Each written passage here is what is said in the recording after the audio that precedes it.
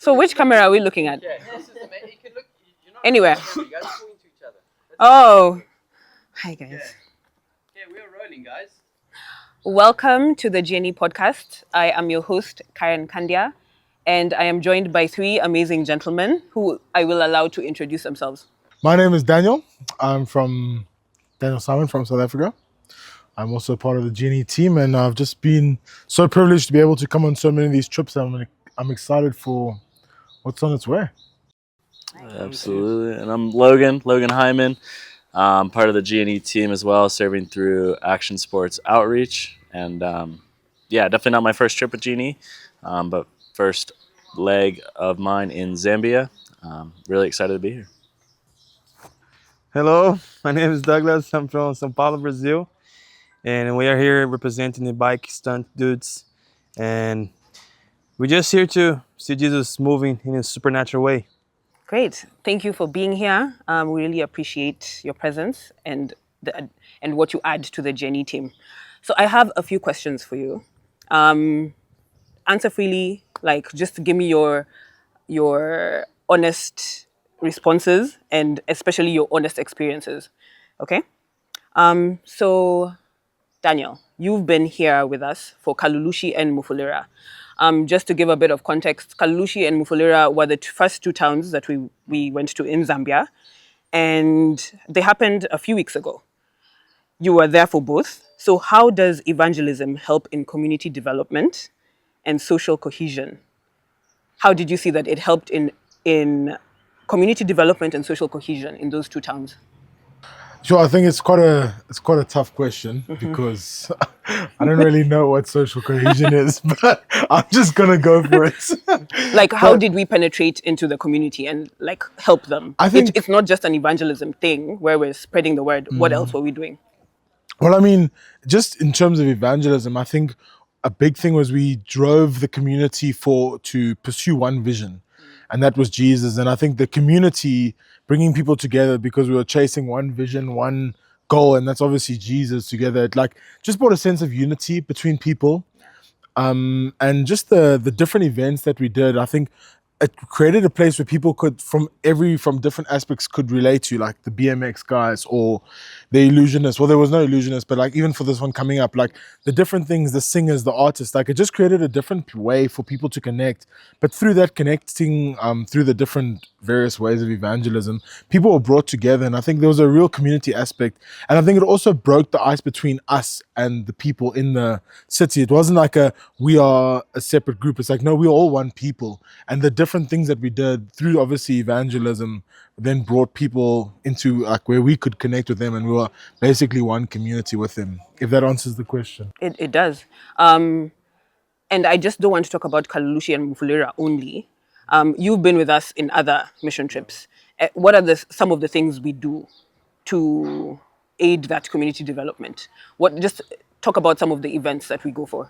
Well, I mean, we've done a lot. I mean, between the prison ministries, schools, colleges, the pastors' conferences, all those different, there's so many different ways that we connect with people. And I think what the model is great because we don't just basically go for one group, but we go for multiple groups. We go for everyone from different aspects of life, different places. Like even in Kenya last year, there were so many different ways that we would try and get to people, and ultimately that just brought the gospel. And I like the fact of like we're not pushing the gospel to get people there.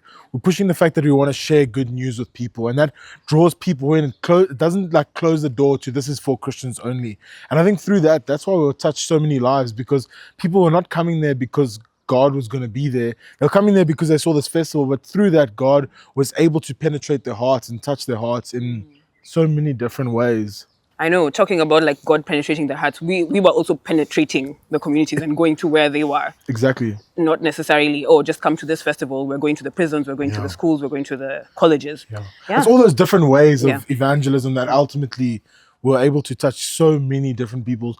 Also, because the places we're in, it's so difficult for people to also get to the festivals because transport's obviously an issue. So the way we did it with the mobile rallies as well is we actually went into the communities and were able to touch so many lives, people who would never be able to actually experience anything like this So yeah, it's really a life-changing event for me personally and for the people that we encounter.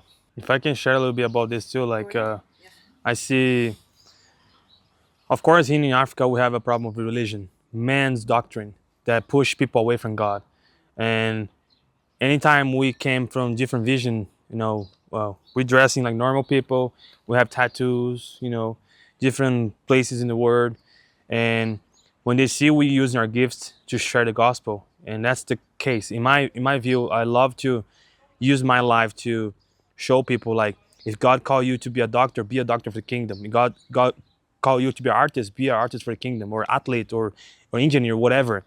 So we're breaking this because here I see a lot of like walls that people cannot cross to get Jesus because the man, is putting all those rules to go to Jesus, you gotta go this, you gotta go this way. So people actually are not receiving the real gospel.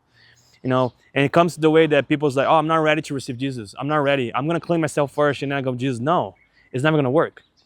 Jesus is the only one that can change you. So I think this many experience that we bring in, like different message, different experience, but the same message.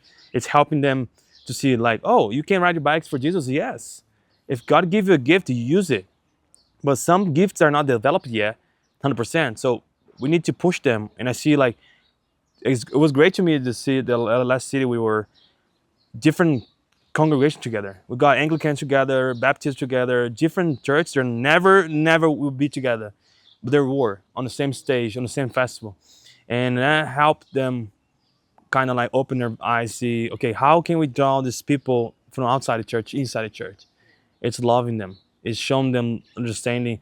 They might not have nice clothes to come to church, but that's not gonna be the wall, And of course, we know the Word of God. We can't do acceptable people. We gotta accept them. Doesn't matter how they look, how they are, if they have money or not money. So I think the GNE and these festivals are showing people about how religion can actually kill Christianity, and how Jesus himself can come and open new ways for the lost. So that's on my view too. Yeah, thank you, Daniel. Thank you, Doug. In fact, something you've said will lead me to my next question. But before we go to that, I just want to ask you, what was your favorite part about the last two cities, Kalulushi and Mufulira? The one thing that I realized when I got here was the children. Like the past trip in Kenya, we didn't have that many children there. And the first day we were there, fixing the ramps and put the stage together, hundreds of them. And they playing, they love to see everybody. They run on us. I think, the enemy are coming after the young generation. Why are we not doing the same thing? Because the older are harder to change.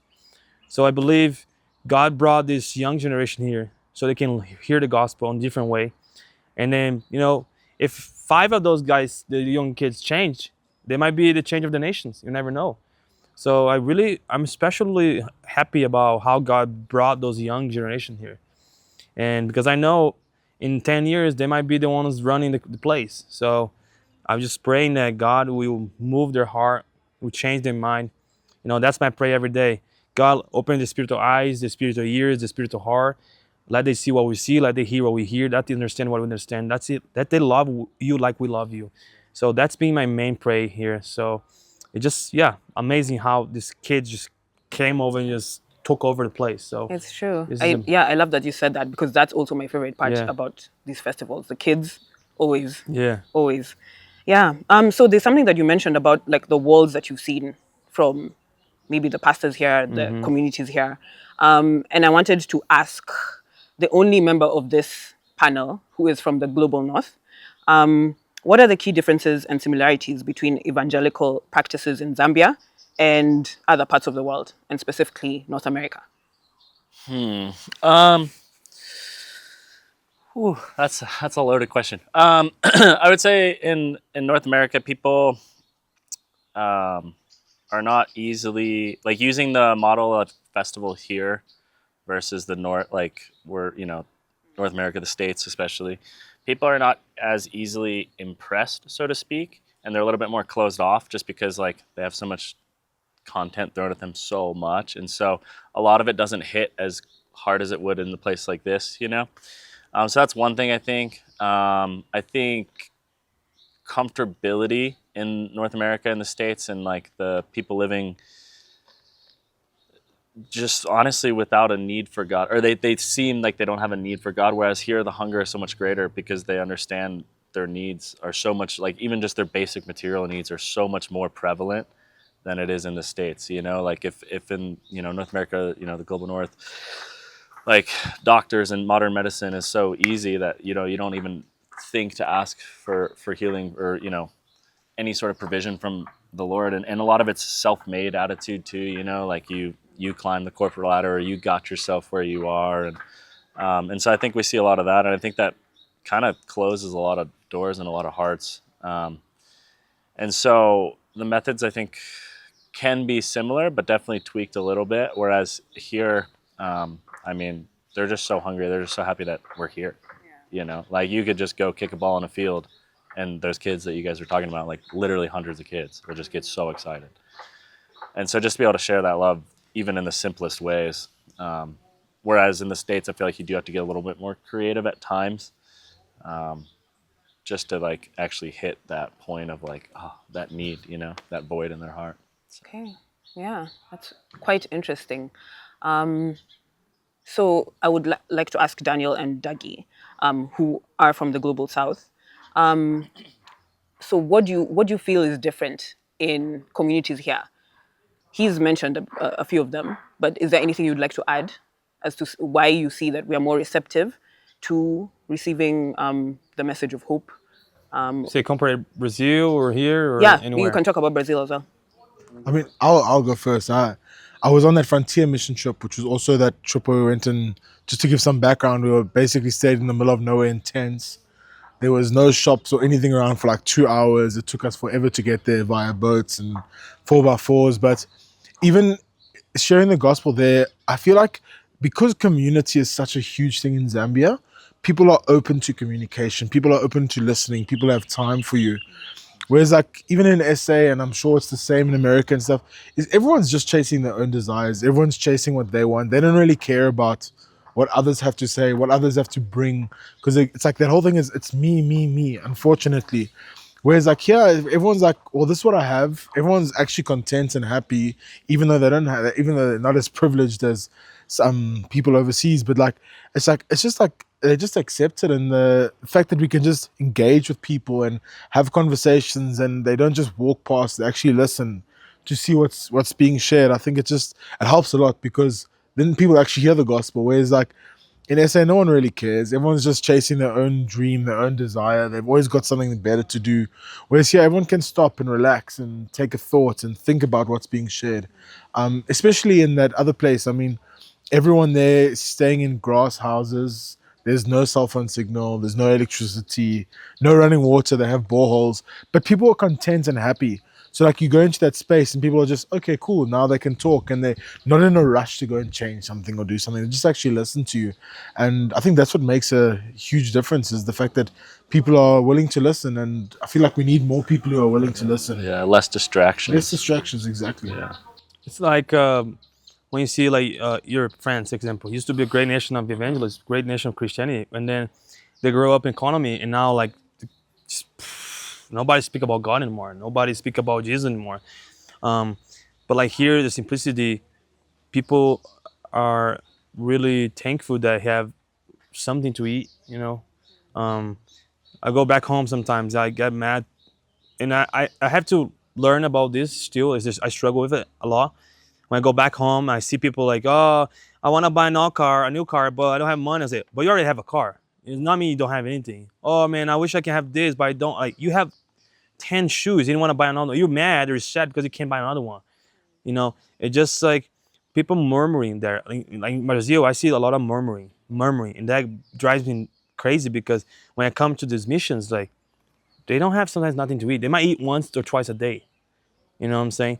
And even to myself here, I always like pray to God and repent, and because we have so much. You know, we go back home, our life. You know, my church has AC. It's a big church, over 7,000 members. People help each other. People have nice stuff, but it's still like don't understand the gospel. Like a lot of people are waiting. So where's my calling? Where's my calling? Your calling is to serve. You call in shoes. If you have something on the floor, go pick up, go clean it. If somebody needs something, just go help them. If the church needs to be paint, just go paint. I think here it's people understand their needs and they walk together easier. We were in the field grabbing the rails for the protection, and the kids just started picking up the rails. And they're kid, we didn't ask. They saw we covering the ramps with the protection, and the kids just picking up and start helping us. So I think it's compassion. Like we need more compassion. Here I see the compassion. We don't need to ask. The compassion comes to you, and that's what I love about them. They're happy, like you said. We see they don't have anything sometimes, and they're way happier than us. And I think sometimes I feel miserable because I know that. Like I don't need nothing to be happy, but still, I'm suffering. Suffering from what? I'm not suffering. You know, the enemy might be attacking me, but I'm not suffering. Jesus suffered everything. Those people are suffering way more than I am. That's why it taught me so much about contemplation. I contemplate God a lot. I contemplate everything. Like, I contemplate the food I have. You know, I know I'm eating here, and some people are not eating there, but like I contemplate it. God, I'm doing this for you. I know it. I have problems, but we need you, and we're doing this for you. And that's the thing, compassion. Like the first trip I went to Kenya, I cried out every day, repenting to God. Like I'm nobody. Like who I am. Like why I'm doing this. And not that first mission last year changed my life because I understood about like contemplation more. Like I need to contemplate more than anything else. My prayer normally is I pray the Lord's Prayer and that's it. I don't need anything else. I say, God, use me as a tool into the end of times. I don't need you to come back now. I just need you to use me, to teach me, to give me wisdom to help those people. Because the only thing I have can give to them is the gospel. Like money will not help them. Money will help them maybe for a period of time, but after that, if they don't have Jesus, what's the point? So I think it's just compassion is the thing I say.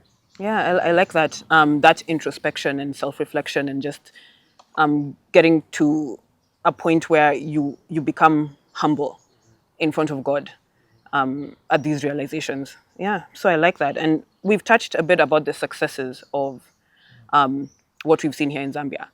Let's talk about the challenges that you've faced as evangelists in Kalulushi, Mufulira, and now Logan has joined us in Chingola. What are some of the hardships you've faced? And be honest, just because we're sharing with other evangelists and we want them to see, it's not an easy ride. Sometimes you're called to do so much, and we use this term "suffering for Christ," which is actually true. What are some of the challenges that you faced?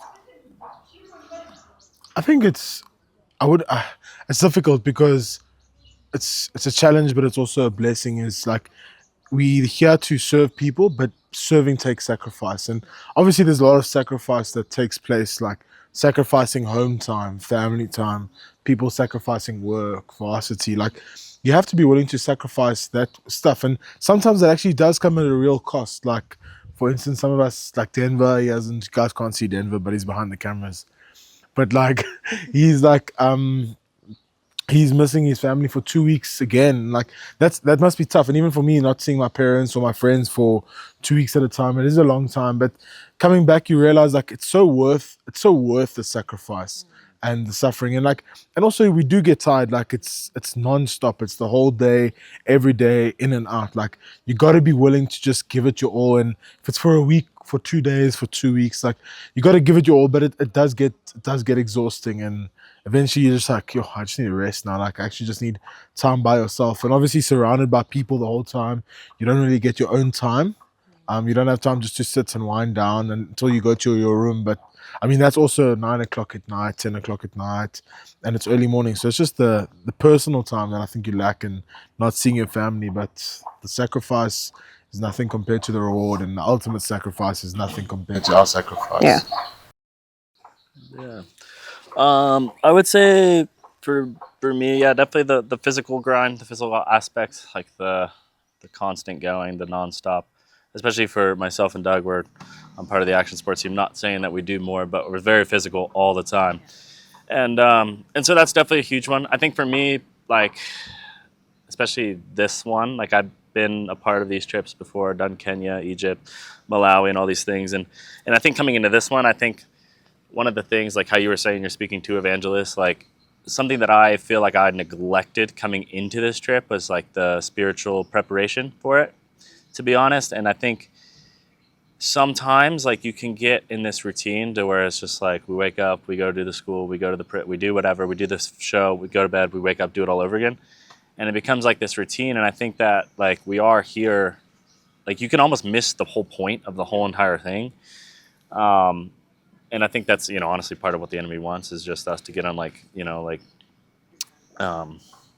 autopilot almost. And so I think honestly, like I said, for me coming into this one, and I've literally realized that we've had conversations already about it, is just like forgetting to like pray before coming here, like to prepare my heart and to prepare like to get out of my own way and like kill the pride that's in there and like really just put, like you said, all in for the time that we're here. And I mean, it is tough. Like I recently just got married and the 2 weeks at home and the lack of work and all that stuff. And it's like, but that's just secondary, like speaks to like, what we were just talking about earlier. And so, yeah, just, I think definitely like the temptation of pride, like to think that you can do it in your own strength. Cause I mean, you can't, like you physically can't, whether you're speaking mentally, it's exhausting. Like you're saying, you're around people all the time.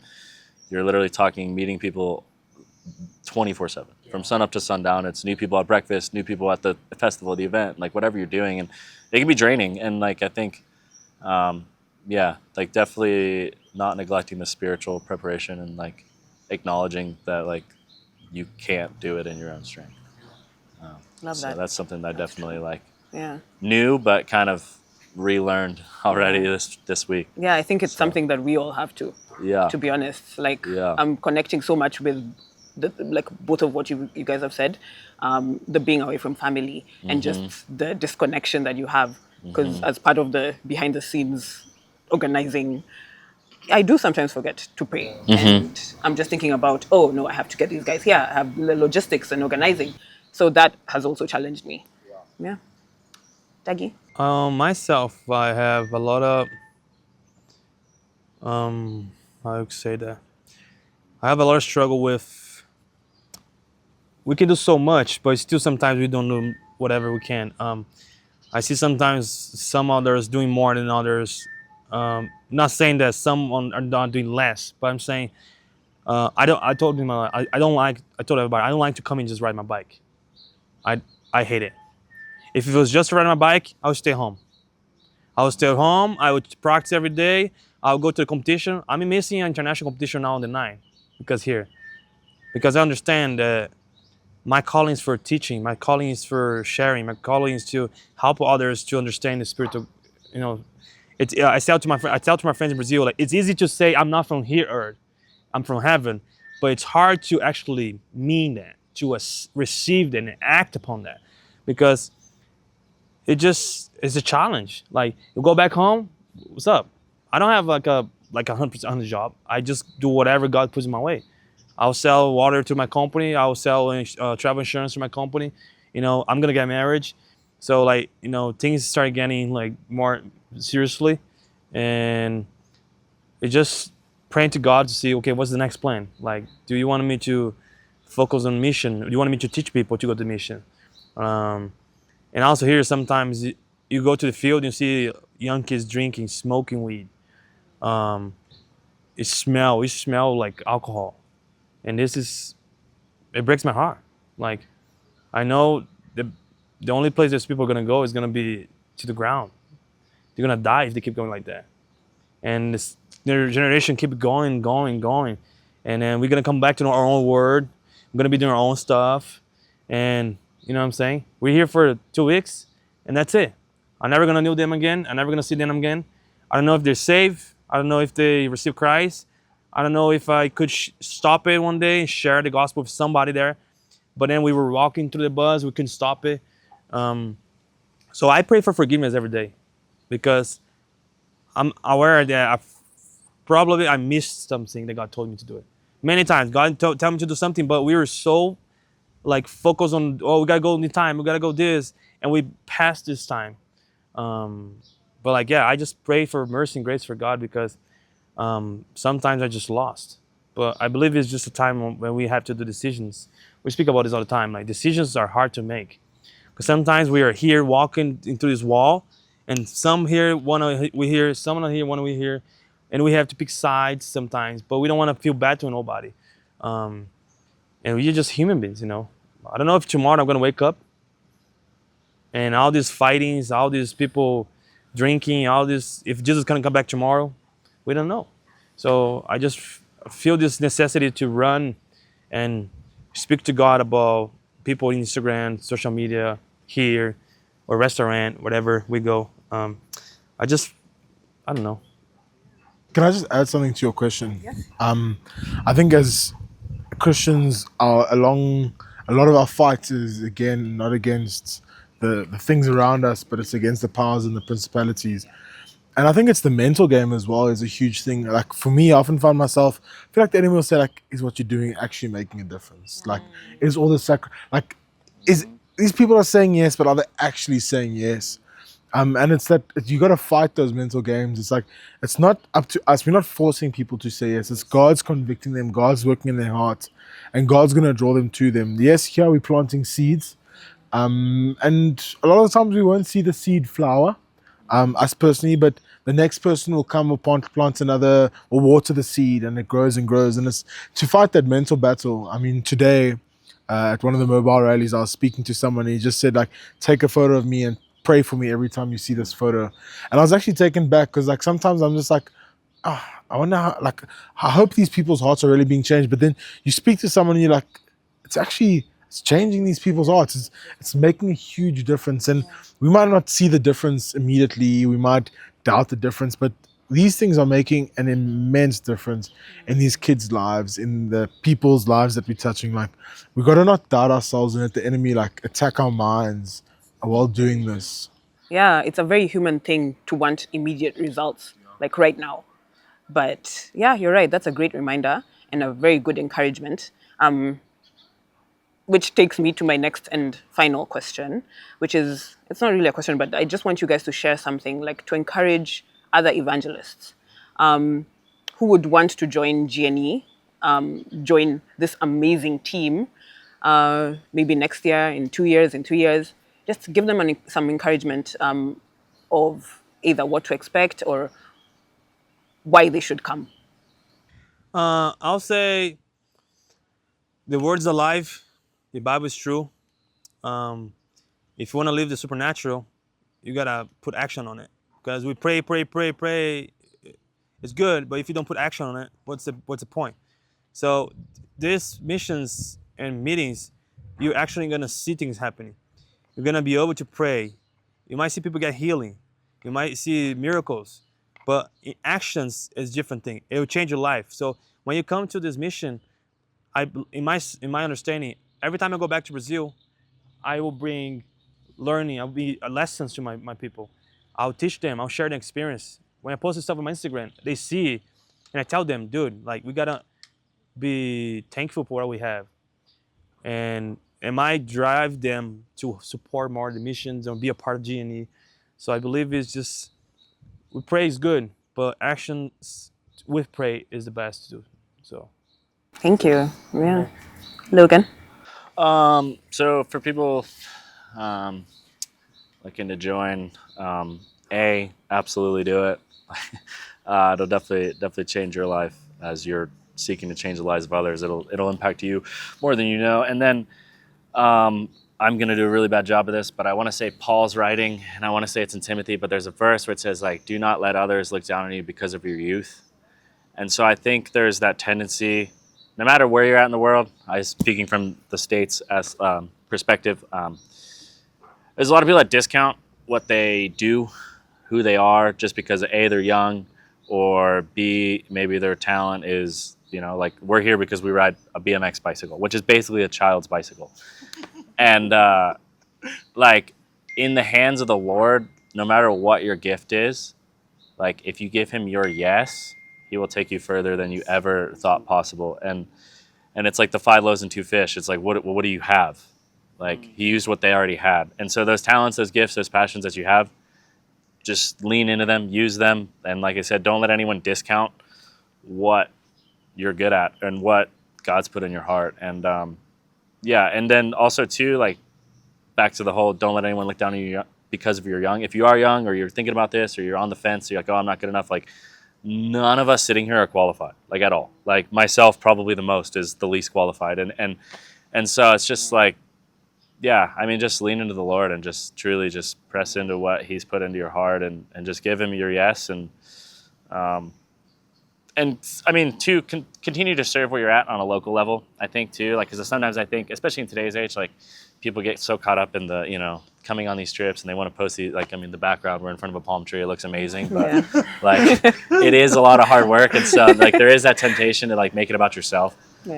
And so definitely just keep that in mind. And then, just seek the Lord in all of it, let him increase your talents, increase your passion, and continue to serve locally where you're at also, because I think that's a huge thing. Because sometimes I think, even from my personal experience, like, people at my church, like, oh, we're doing this at our church, and you could just serve down the street. And it's like, well, like, that's not the call that the Lord's put on my heart. So, and two, I think also too, like, you have to be called to it. I think it's one thing to just go on a trip just to check the mission trip box, but I think if you're not called to it, these 2 weeks and the things that we've already expressed will definitely take its toll. And and again, not saying that any of us are more qualified. We just said yes to the Lord, and so just leaning in him in all things, really. So. Amazing. I'm going to start we may as well disagree with each other because we're having an open discussion here. Let's have it. But not fully disagree, but I think a lot of people, and this is my encouragement, is don't over spiritualize coming on a mission trip. Well, don't be too religious. Yeah, don't be too religious. Explain that. Because I think a lot of times people are like, I'm all for seeking God and say, God, is this where you want? But I think a lot of us almost use that as an excuse eventually to not come on the trip. True. Like, I'm just waiting for the Lord. I'm just yes, I'm waiting clarity. for the Lord. I need the Lord to say yes clearly, like in an audible voice, and then I'm going to go on the trip. And something like the Lord has already said yes in the Bible. The Lord has already told us to go and share the gospel, to go and tell people about Jesus. And like, I agree. You don't want to go against God's will. I'm not saying that, but just go and do the Lord's work. If these opportunities come up, I think take them. And the only way you're going to realize if this is not for you is by trying it. Like, so like, you need to actually try it and see, like, and the thing is, like Logan was saying, is we all actually not qualified for this. Like, it's through the Lord's strength that we can do this. And like, that's also my encouragement is like, don't doubt yourself. Don't doubt what you're good at. Don't doubt that the things you can't do or can do. Like, trust that the Lord will pull you into a place where you actually are able to serve, and you'll be using his strength, relying on his strength to do it. But I mean, just go for it. Serve, get down, get dirty, do the work, the work of the Lord, because don't over spiritualize it. Don't be too religious, like we say sometimes. It's not disagreeing with what you're saying. No, that's I agree with what you're true saying. point, like, for sure. What you say? Doug, I just said what I said. All right. Thank you so much, gentlemen. This is Douglas from Brazil, Logan from the United States, and Daniel from South Africa. And Karen from Kenya. And Karen from Kenya. So I've really enjoyed our discussion. Thank you for that, like, rich discussion and giving a lot of food for thought. So if you're an evangelist and you're interested in being a part of the GNE festivals, go to www.evangelist.global/BGNE. www.evangelist.global/BGNE. And you can find out what we're doing in 2025 and 2026. And we'd love for you to be a part of us. So thank you, gentlemen, and bye-bye. Yes. Hit him with the chair. Okay, now we fight. No, okay. Okay, now push record. Take one. Now let's...